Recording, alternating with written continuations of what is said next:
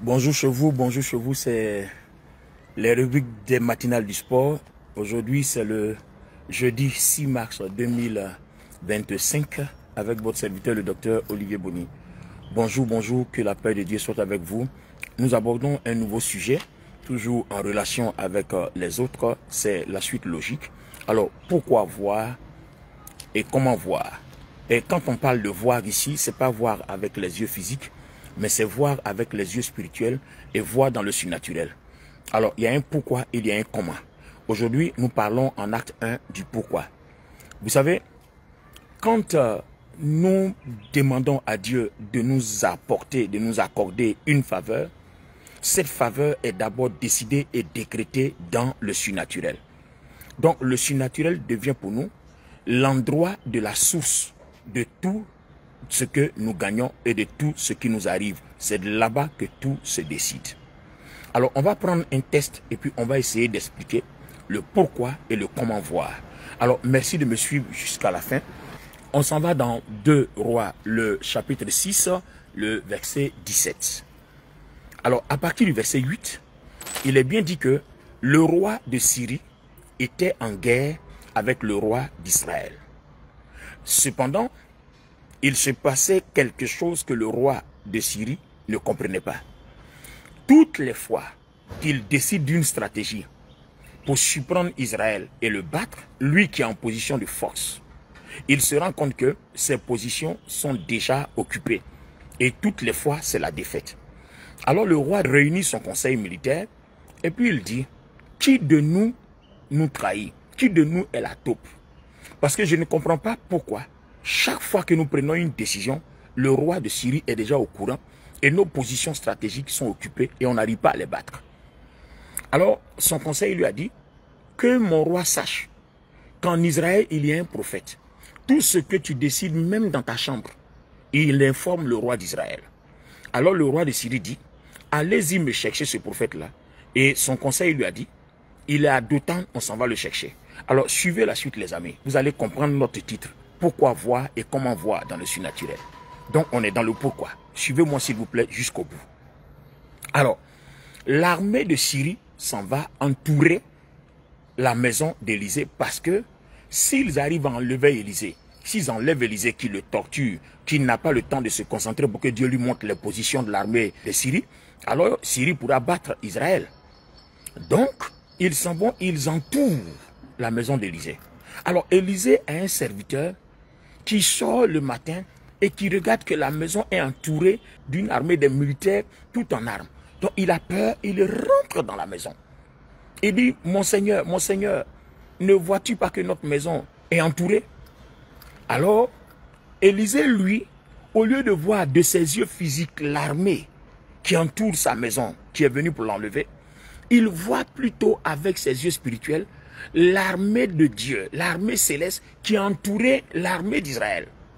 Donc il dit à son serviteur, n'aie pas peur mon fils, que ceux qui sont avec nous, l'armée de Dieu, ils sont plus nombreux que ceux qui sont venus de la Syrie. Alors le serviteur qui lui ne voit pas ce que Élysée voit, il dit mais comment? Et Élysée pria et dit, Seigneur, ouvre ses yeux pour qu'il voie. Et Dieu ouvrit les yeux spirituels du serviteur d'Élysée et il vit l'armée et il a été en paix, il a été consolé et il a compris que cette armée-là ne peut pas les battre compte tenu de la puissance de l'armée qui a encerclé l'armée qui est venue les attaquer. Alors, première analyse, chers amis, première analyse. Vous voyez que Élysée avait la paix tout simplement parce qu'il voyait que au lieu d'être dans la peur, dans la défaite, il était en position de force parce que la gloire de Dieu, l'armée de Dieu, va massacrer toute l'armée de Syrie. Alors, vous voyez que quand nous prions, souvent, nous, au lieu de dire au Seigneur, donne-moi telle chose, Seigneur, je veux une voiture, une maison, Seigneur, je veux me marier, Seigneur, je veux voyager. Vous voyez, il est important, les amis, qu'on dise, Seigneur, montre-moi le pays où je vais aller. Montre-moi ce voyage-là si c'est possible. Parce que généralement, on s'en va prier, on jeûne, on prie. Et quand on a fini de jeûner et prier, on se rend compte que nous ne sommes pas exaucés. Alors que si on avait demandé à Dieu de nous montrer et que Dieu nous aurait montré, qu'on aurait vu que la chose n'allait pas être possible, on ne se serait pas découragé, on ne serait pas abattu. Donc vous voyez que toute prière qui se fait sans avoir vu ce qui va se passer, ce sont ces genres de situations que l'ennemi utilise pour nous décourager, l'ennemi utilise pour nous affaiblir. Donc notre foi sera toujours au beau fixe, sera toujours en force. Nous aurons une confiance beaucoup plus forte dans le Seigneur, beaucoup plus hardie dans le Seigneur, que si nous voyons. Regardez, revenons sur le test. Élisée a vu que son serviteur était en panique. Mais dès l'instant que son serviteur a vu l'armée de Dieu qui a entouré l'armée de Syrie, il a été en paix, il a été consolé. Il n'a plus eu peur. Ta peur et ma peur disparaîtront si nous voyons dans le surnaturel ce que Dieu a prévu et comment il a prévu nous bénir. Il y a souvent des situations qui font peur. Je prends le cas par exemple de Genèse le chapitre 12, quand Dieu a dit à Abraham, lève-toi, va-t'en de ton pays, dans un lieu que je te montrerai. Je ferai de toi une grande nation. Vous voyez? Mais comprenez bien, Dieu a déjà dit à Abraham, je ferai de toi une grande nation. Donc Abraham connaît la fin du film. Ça veut dire que, quelles que soient les épreuves, quelles que soient les difficultés, Abraham ne sera jamais découragé. Il va toujours persévérer parce qu'il sait qu'à la fin, il gagne. Une des forces du chrétien, une des forces dans la vie chrétienne, ou bien même dans nos ministères, c'est de connaître la fin d'une chose. Le Seigneur Jésus-Christ connaissait la fin. Donc même si on le crucifiait, il avait quand même le courage. Lui qui à un moment dit, Seigneur, si tu pouvais éloigner de moi cette coupe, mais toutefois que ta volonté soit faite. D'où lui vient cette force? Parce qu'il connaît la fin du film. Il sait qu'à la fin, son nom sera plus grand. Il sera établi au-dessus de tous les noms. Il aura le nom le plus élevé. Il aura la force et la puissance, l'autorité la plus élevée. Supposez c'est l'instant que toi qui me suis actuellement, Dieu te dise, dans 3 jours, je t'enverrai au Canada rencontrer un milliardaire. Je parle comme ça. Si tu veux, tu prends la prophétie, ça t'arrivera. Qui sait? C'est la foi. D'accord? Dans 3 jours, je t'enverrai aux États-Unis rencontrer un milliardaire. Et puis, pendant que tu espères que dans 3 jours, tu rencontres un milliardaire, au lieu d'avoir la paix, c'est les difficultés. Depuis que tu as eu la prophétie, tu es attaqué de partout. Tes soutiens te lâchent, tout le monde te quitte, tout le monde t'abandonne. Le peu d'argent que tu as, il y a eu tellement de problèmes, tu les as dépensés. Au point même que tu n'as même pas d'argent pour faire un passeport ou bien pour renouveler ton passeport. Et le billet d'avion, comment tu vas faire pour aller au Canada? Comment tu vas faire pour avoir le visa? Tout est mélangé. Alors imaginez-vous que la parole que vous avez reçue est vraie et que c'est Dieu qui vous l'a dit. Dieu ne ment pas. Dans 3 jours, vous serez réellement au Canada ou bien aux États-Unis pour rencontrer le fameux milliardaire. Donc, si vous avez confiance que la parole que vous avez entendue ou bien ce que vous avez vu est de Dieu, à ce moment-là, votre confiance ne faillira pas. Vous allez parler à l'événement, vous allez dire, à partir d'aujourd'hui, oui, à partir d'aujourd'hui, je commande que tes œuvres n'ont pas de pouvoir sur moi parce que Dieu a dit, et Dieu est dans sa parole, et Dieu ne ment pas. Et comme Dieu a dit, ma force et ma confiance sont encore beaucoup plus fortes et beaucoup plus puissantes. Alors je commande, problème, éloigne-toi de moi. Mais nous, ce que nous faisons, nous nous levons, nous taillons sans avoir vu. Oui, difficulté, sors de ma vie, difficulté, sors de ma vie. Alors que peut-être qu'au moment où on est en train de parler, la difficulté est déjà sortie. Mais comme on ne voit pas, on continue de chasser et de tailler des choses qui n'existent plus, ou bien qui ne lient plus notre vie. Alors les amis, il est important pour nous de comprendre que voir est une des sources vitales de la vie chrétienne. Si nous voyons que de nos yeux naturels, qu'on ne voit pas de nos yeux spirituels, c'est compliqué. Aujourd'hui, je ne suis pas en train d'enseigner comment voir. Je suis en train de te donner l'envie de chercher à voir. C'est important. Après, on va parler, on parle du pourquoi il faut voir. Maintenant, le comment voir, ça va venir. Pourquoi il faut voir? Parce qu'il faut dévancer l'aurore. Il faut dévancer l'aurore, les amis. Vous avez un combat à mener et puis vous avez vu déjà la fin que vous avez gagné. Vous voyez? Et si vous avez vu la fin que vous avez gagné, même si on vous tape un coup mortel, vous allez avoir le courage. Vous allez dire non, Seigneur, je ne mourrai pas parce que tu m'as montré que j'ai gagné. Vous voyez que la confiance, la force, se saisit de nous. Le courage, la détermination et la persévérance. Donc la persévérance, ce n'est pas le fait d'être courageux, les amis. Non, non, non, non, non, non, non, chers amis. La persévérance n'est pas le courage matériel, n'est pas le courage humain, n'est pas le courage charnel. La persévérance se fonde sur Dieu, sur ce qu'il m'a déjà montré et sur la détermination de savoir que à la fin, c'est moi qui gagne. J'ai déjà vu comment la chose va se réaliser. J'ai déjà vu le projet. J'ai déjà vu comment le projet va s'accomplir. Donc, pourquoi j'ai peur? Pourquoi je me décourage? Donc, vous voyez, il est important pour nous de voir, les amis. À partir d'aujourd'hui, quand vous commencez à prier, faites cette expérience. Essayez, vous allez voir. Seigneur, que se passera-t-il demain? Montre-moi ce qui va se passer demain. Vous croyez que si vous avez prié la nuit ou vous avez prié très tôt le matin et que le Seigneur vous a montré le programme, par exemple dans votre entreprise, dans vos relations, dans votre travail, il vous a montré ce que vous avez à faire, les relations que vous allez voir, les personnes que vous allez croiser, ce que vous devez éviter, vous allez voir que votre journée sera bénie. Parce que votre journée suit donc le programme de Dieu. Donc vous voyez que notre vie obéit à un programme. Donc ce programme-là, si on le voit et qu'on s'adapte, on s'accorde à ce programme-là, vous allez voir qu'on va éviter beaucoup de difficultés. Beaucoup de problèmes. Souvent même vous priez, Dieu peut vous dire aujourd'hui, ne prenez pas le taxi, prenez le bus. Ou bien aujourd'hui, ne prenez pas le bus. Allez-y voir votre collègue qui s'en va dans votre direction, qu'il vous dépose à cet endroit. Juste parce que Dieu veut vous faire éviter un accident, Dieu veut vous faire éviter une situation bizarre, Dieu veut vous faire éviter une situation compliquée. Vous voyez? Donc, voir avant que la chose n'arrive, c'est tellement important. Regardez par exemple, dans 2 Rois 2, le verset 9, Élie dit à Élisée, Élisée lui a demandé la double portion de l'onction qui est sur son maître Élie.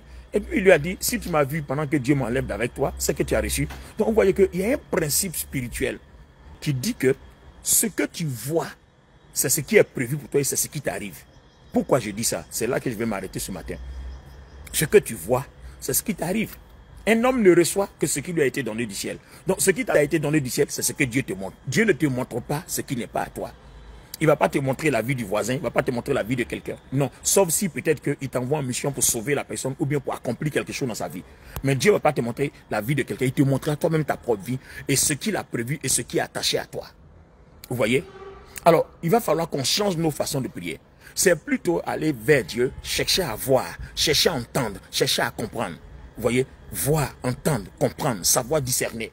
Ça devient important, ça devient primordial. Vous faites un voyage. Vous ne savez même pas si le voyage-là, Dieu veut que vous le fassiez. Et puis, Seigneur, je m'en vais à ce voyage-là. Seigneur, accompagne-moi. Seigneur, bénis-moi. Tout accident est vaincu au nom de Jésus. C'est une bonne prière. Je ne dis pas le contraire. Le problème de cette prière-là, c'est que tu n'as même pas une idée si Dieu veut que tu fasses ce voyage. Voilà toute la chose. Voilà toute la situation. Est-ce que la prière que tu es en train de faire là, où tu veux aller là, est-ce que Dieu autorise même ce voyage? Voilà toute la question.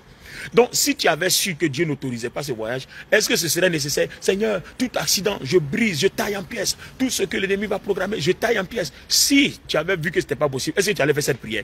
Donc, vous voyez que, regardez le nombre de pertes de temps, le temps que nous perdons, à lier des choses qui ne sont même pas prévues dans notre vie.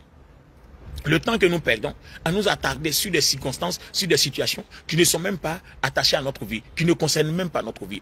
C'est pour ça qu'il faut voir. Et c'est à ce moment précis-là que j'aime beaucoup David. Toutes les fois que David allait en guerre, il partait consulter l'Urim et le Thummim. Vous voyez? Il partait consulter. Seigneur, monterai-je? Dieu dit ne monte pas.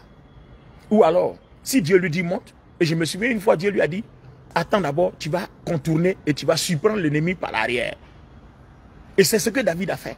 Et il gagnait toujours ses guerres. Je n'ai jamais vu David perdre une guerre. Pourquoi? Parce qu'il voyait déjà la fin de la guerre avant qu'il commence la guerre. Waouh, c'est fort, frères et sœurs. C'est fort, les amis. Partagez ce message au maximum. Partagez-le.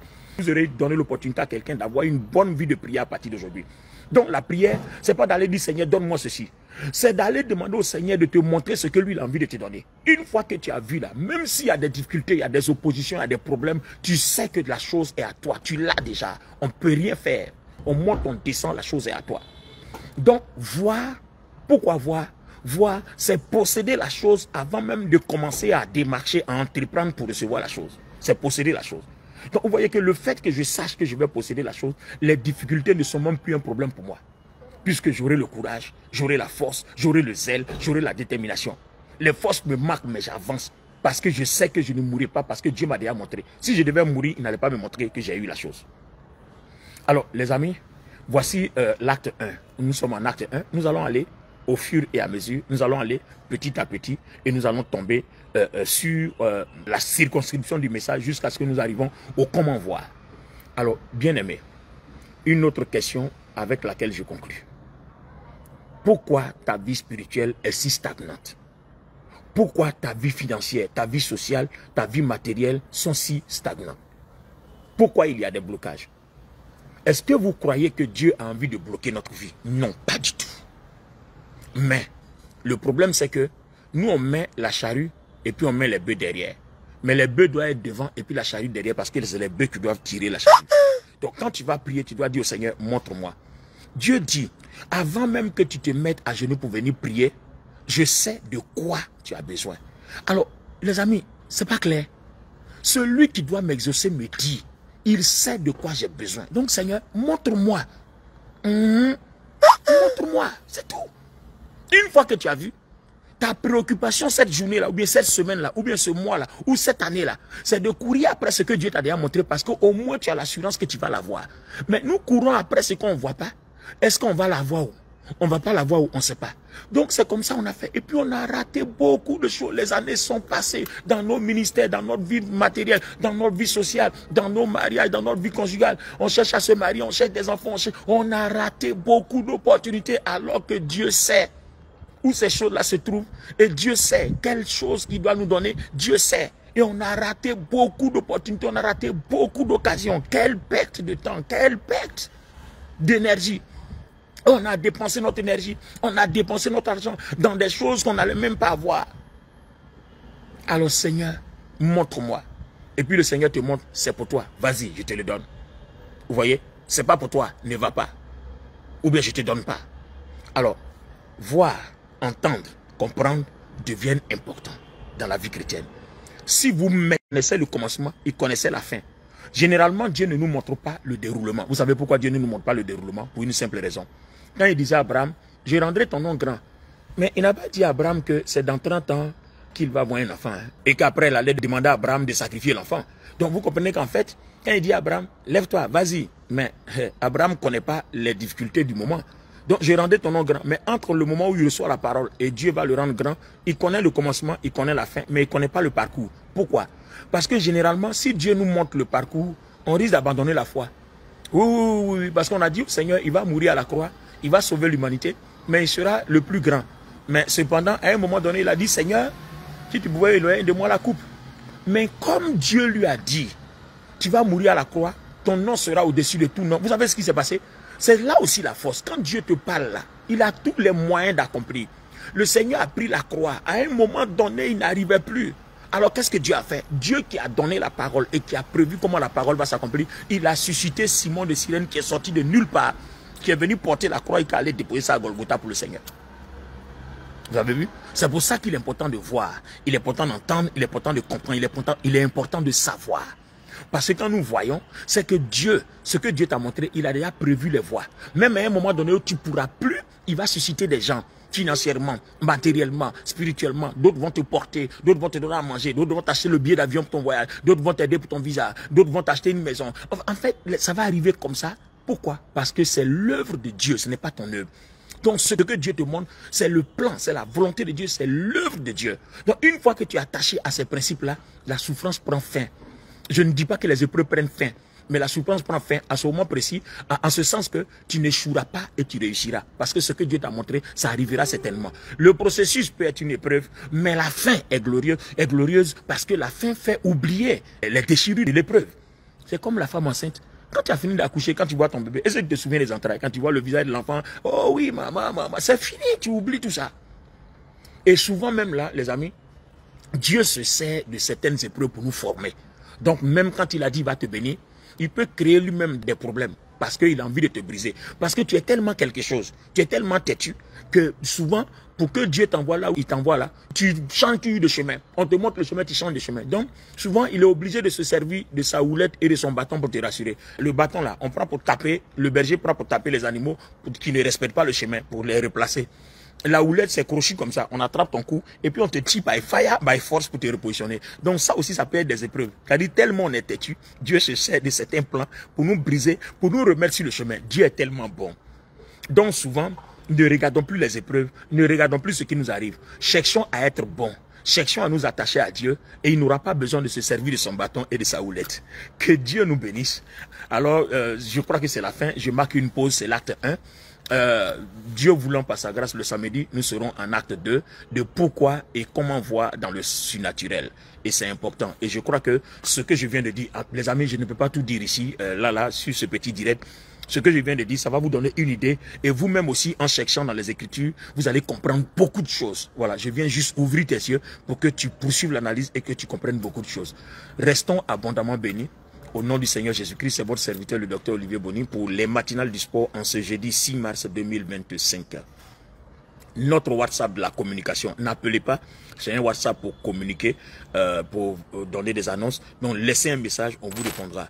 C'est un WhatsApp international, ne vous inquiétez pas, c'est le 225 05 04 10 69 65. Je reprends, 225 05 04 10 69 65. Voilà. Et je tiens tous les jours du lundi au samedi des réunions Zoom. Voilà. C'est à 21h heure de Paris. Jusqu'à 22h et en GMT c'est 20h. Donc quand Paris va passer à l'heure d'été, ça va être 19h, mais pour le moment c'est l'heure d'hiver, donc c'est 1 heure de décalage, donc c'est 20h GMT pendant qu'on est à Paris à 21h. Donc ce soir par exemple nous aurons Zoom et là on a commencé à traiter ce sujet là, on est vraiment très loin, on est dans les détails. Si vous voulez nous rejoindre, les identifiants du Zoom sont 640 956 3308. Je reprends, 640 956 3308. Le mot de passe, c'est ma date anniversaire, 1208. 1208. Voilà. Et une fois que vous rentrez le mot de passe, on vous demandera le Wi-Fi. Si vous vous connectez à l'ordinateur, vous cliquez sur au portable, vous cliquez sur Wi-Fi. À l'ordinateur, vous cliquez sur son de l'ordinateur. Et après, vous regardez en bas, il y a la caméra et il y a le son. Voilà, vous ouvrez votre caméra, vous participez et vous fermez votre son. S'il y a du bruit chez vous, s'il n'y a pas de bruit, vous le gardez ouvert pour la prière. Voilà. Si vous voulez prier avec nous en France comme en Côte d'Ivoire, contactez-nous sur notre WhatsApp pour qu'on vous donne les différentes localisations. 225 05 04 10 69 65. Dieu vous bénisse. Rendez-vous samedi. D'ici là, je vous souhaite une très bonne santé. Que Dieu ouvre vos yeux pour que vous voyez. Que Dieu ouvre vos oreilles pour que vous entendez. Que Dieu dispose votre entendement pour que vous compreniez, pour que vous discerniez. Voilà, je ne parle pas des yeux spirituels, mais des yeux naturels, pardon. Et tout ce que je dis là, c'est les yeux spirituels. Il y aura le comment on fait. Mais pour le moment, commencez à prier Dieu. Seigneur, ouvre mes yeux pour que je vois. Ouvre mes oreilles pour que j'entende. Dispose mon entendement pour que je comprenne, que je discerne. Bye bye chez vous et vous êtes bénis. J'espère que ce message vous a aidé à comprendre beaucoup de choses. Partagez-le au maximum parce que quelqu'un en aura besoin pour édifier sa vie spirituelle, pour construire sa vie spirituelle et éviter certaines souffrances et certains échecs. Merci chez vous. Au nom de Jésus, et nous disons Amen.